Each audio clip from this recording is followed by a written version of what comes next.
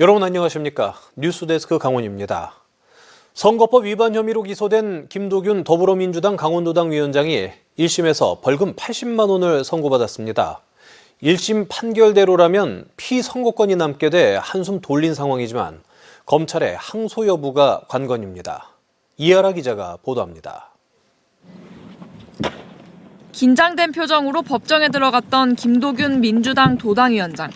재판이 끝난 뒤 상기된 표정으로 취재진 앞에 섰습니다.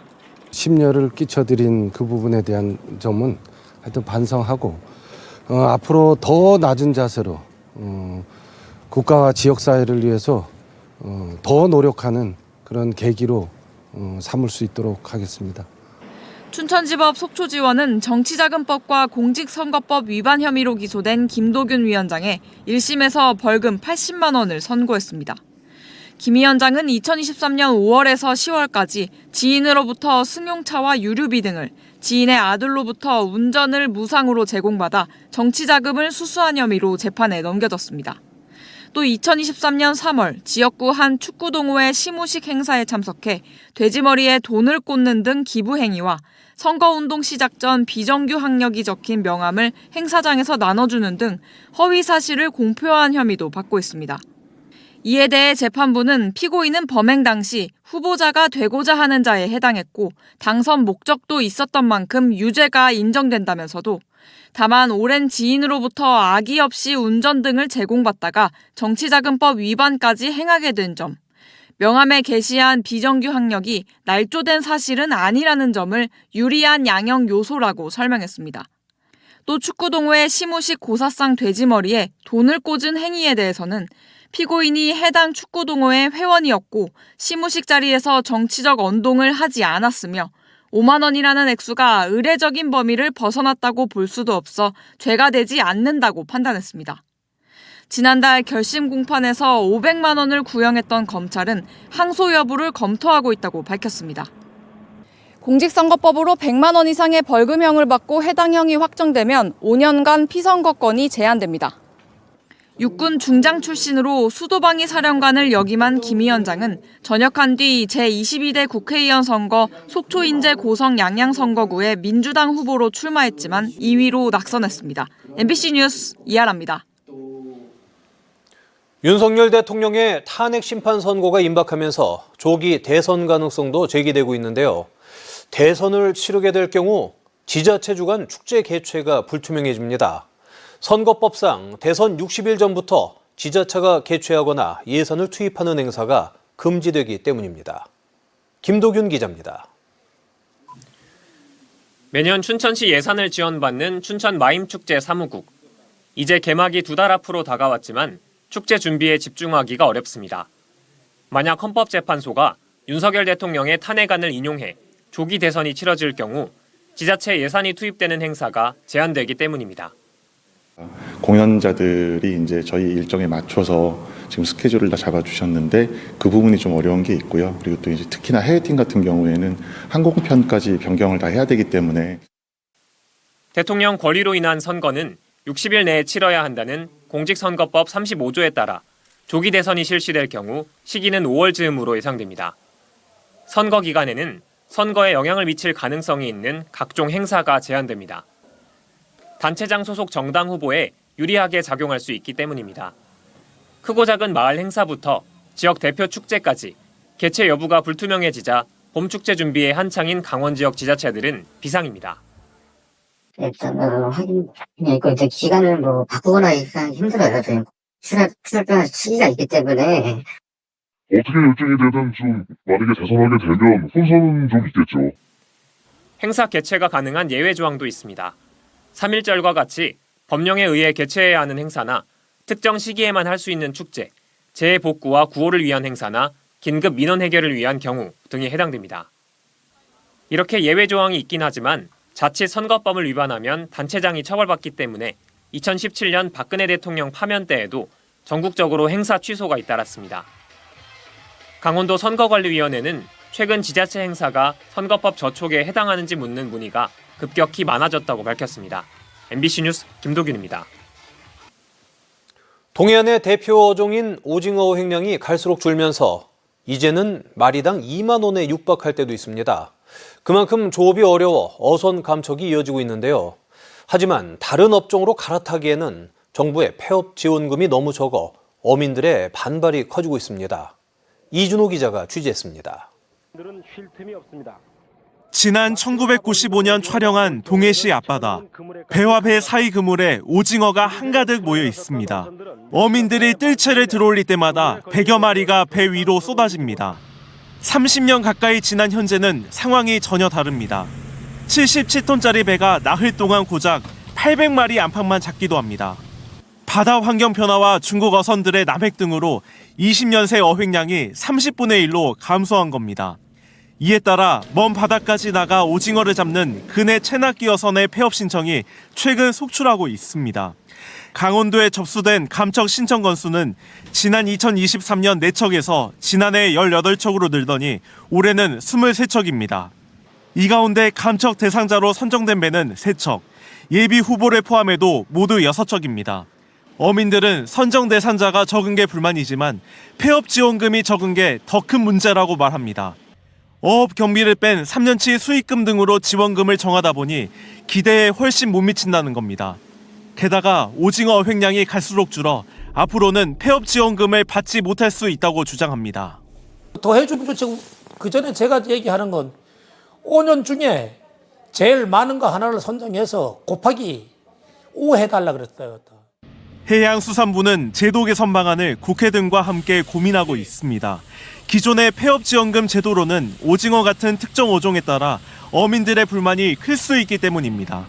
업종별로, 통급별로, 어선 통급별로 해서 이 기준 가격을 설정하는 것을 검토하고 있습니다. 아니면 영업이익에 대한 감정평가 가격이 높으면 그 감정평가 비용을 받아가실 수 있도록 여러 가지 옵션들을 저희가 생각하고 있습니다.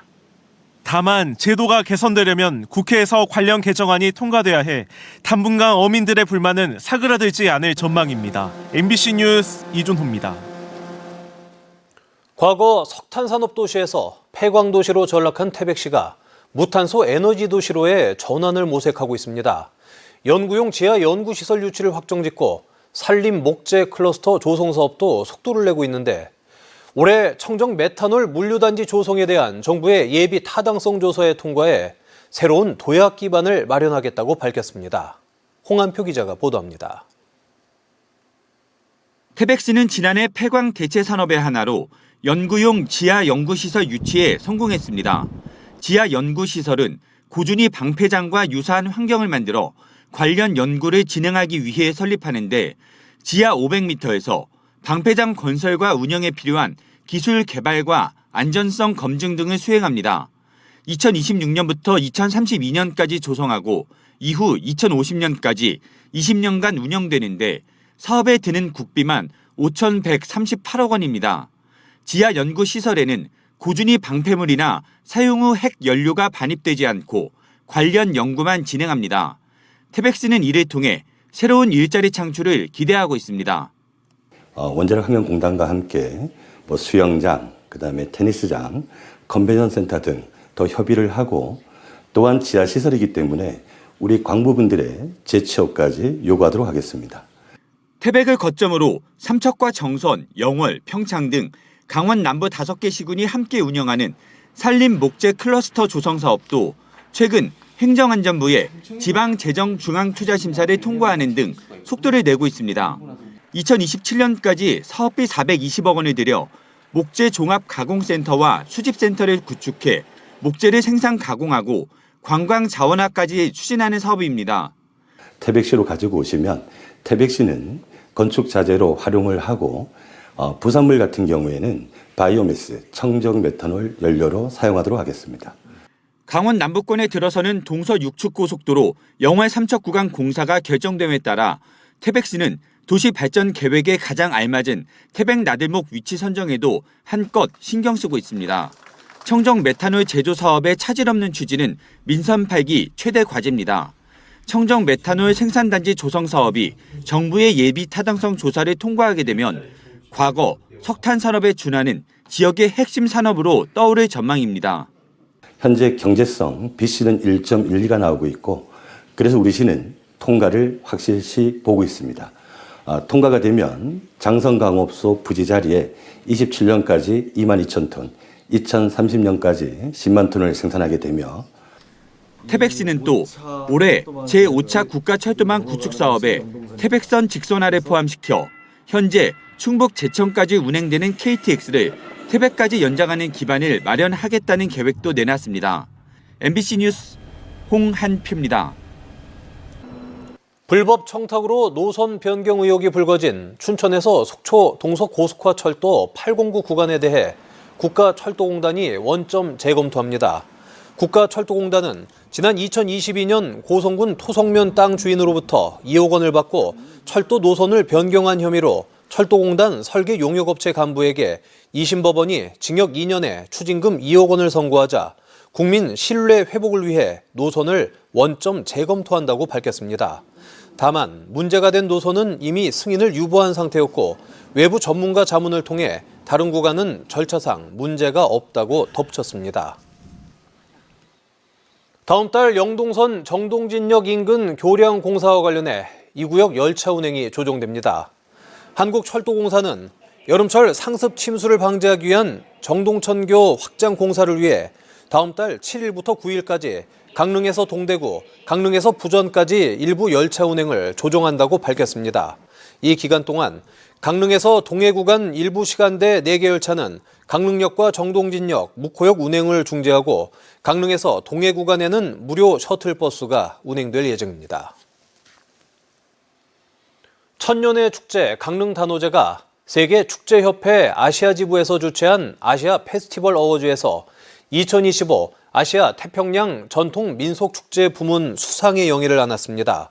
강릉단오제위원회에 따르면 강릉단오제의 경우 역사성과 정체성을 잘 이어오며 현대에 맞게 계승 발전시킨 점을 인정받아 이같이 수상했다고 밝혔습니다. 이번 행사에는 미국과 호주, 중국과 일본 등 전 세계 4대륙 15개국에 걸쳐 200여 명의 동서양 축제 리더와 전문가가 참여했습니다.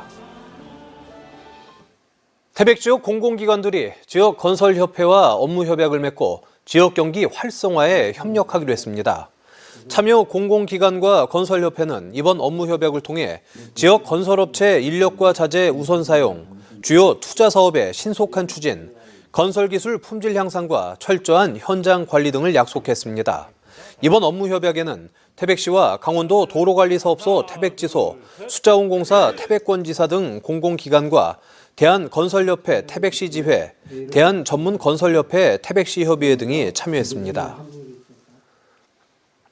동해시가 대표 관광지로 손꼽히는 무릉 변류천지에 그물 놀이터를 설치합니다. 동해시가 설치하는 그물 놀이터는 무릉 변류천지 주변 꾸모름 놀이터 주변에 모두 770제곱미터 규모로 조성하며 다양한 연령층이 이용할 수 있도록 시설을 갖출 계획입니다. 한편 동해 무릉 변류천지는 지난 1968년 석회석 채광을 위해 개발된 무릉지구 일대를 힐링 휴양 공간으로 다시 탄생시킨 동해시의 대표 관광지입니다. 고성문화재단이 소규모 축제협력사업 고성온페스타에 기획 참여자를 모집합니다. 공모 기간은 5월 9일까지로 선정된 기획자에게 총 사업비 2천만 원이 지원되며 기획안에 따라 최대 2건을 선정할 수 있습니다. 뉴스데스크 강원을 마칩니다. 고맙습니다.